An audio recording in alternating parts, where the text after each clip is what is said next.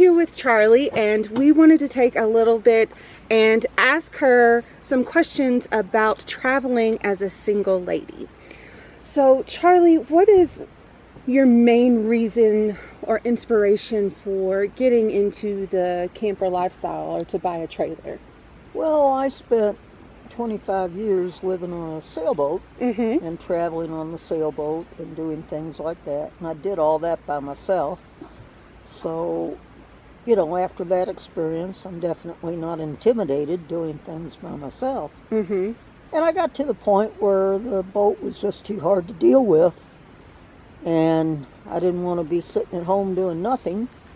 Yes. I used to be a tent camper, and tent camping just started getting hard too. You know, I'm not the youngest chick in the world, and you know, laying on the ground and getting up and stuff like that.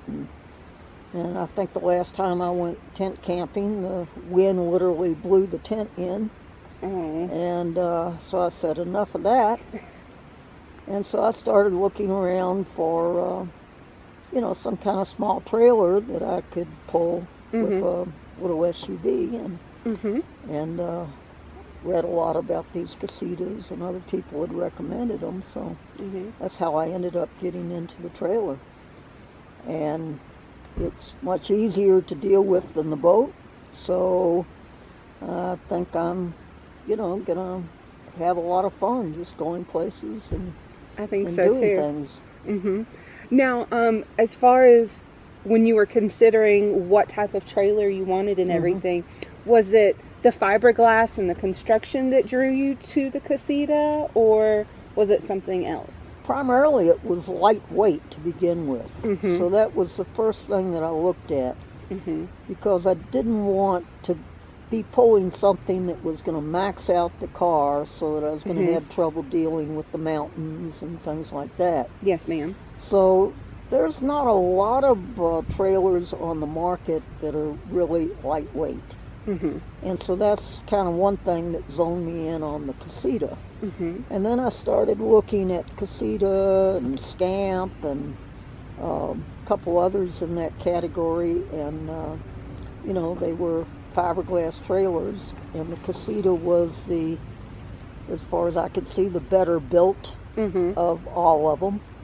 And so that's kind of what drew me to the Casita. Okay. And did you already have your SUV when you...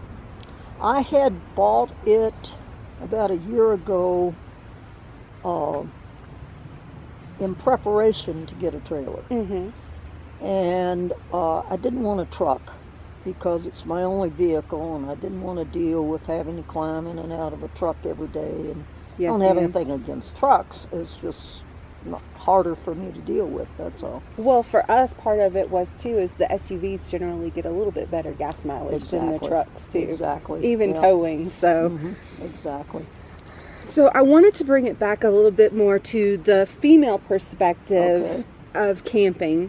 And is there any like security precautions that you recommend as solo female travelers on the road? Well, I have often said that I don't have enough sense to be afraid of things. So I might be a bad person to ask about that. But, you know, I think just, you know, be smart. Don't announce where you're going to go ahead of time to strangers. Right. And, you know, just keep a low profile in areas that you're uncomfortable with. You know, and locked up inside the trailer, they're not likely to know if it's one or two people in there. Right. So, yeah. Well, and I think even just having a dog, even if the dog's not aggressive or if it's a little dog, just people seeing that you're not completely alone and that sort of thing, I think that makes a difference too. We've always relied a lot on gut feelings. If you don't feel comfortable in a place, Don't stay. Don't stay. Exactly. Exactly. Yeah. You know, if you have that gut feeling.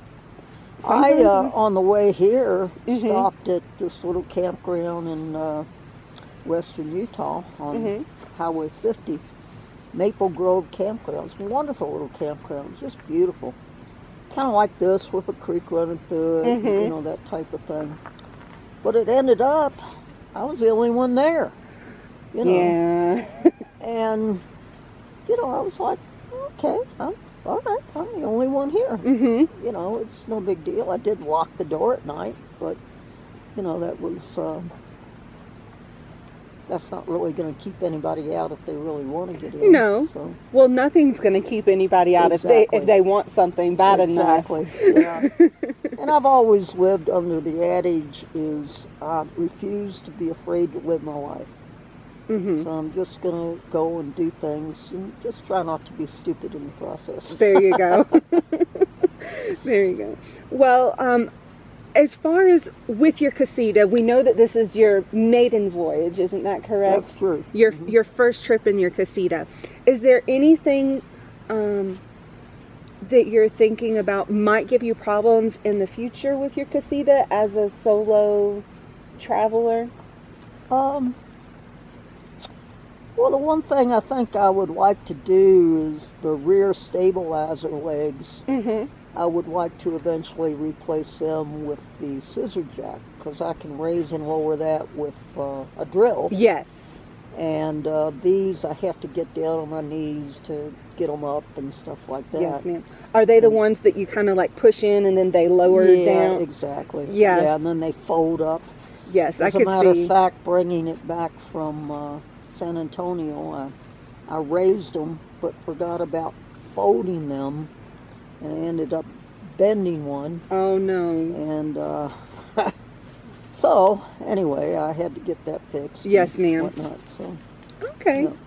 Well, thank you so much, Charlie. I No really problem. appreciate you taking the time to let me ask you a few questions. No problem. And I'd tell any ladies out there, go for it and enjoy your life. Most definitely. And, you know, that's one of the things we have found everywhere, especially in the Casitas, because you feel a little bit more liberated. They're smaller. You can go to a lot of places. Yeah. Anybody who wants to do it, they can. They can, exactly.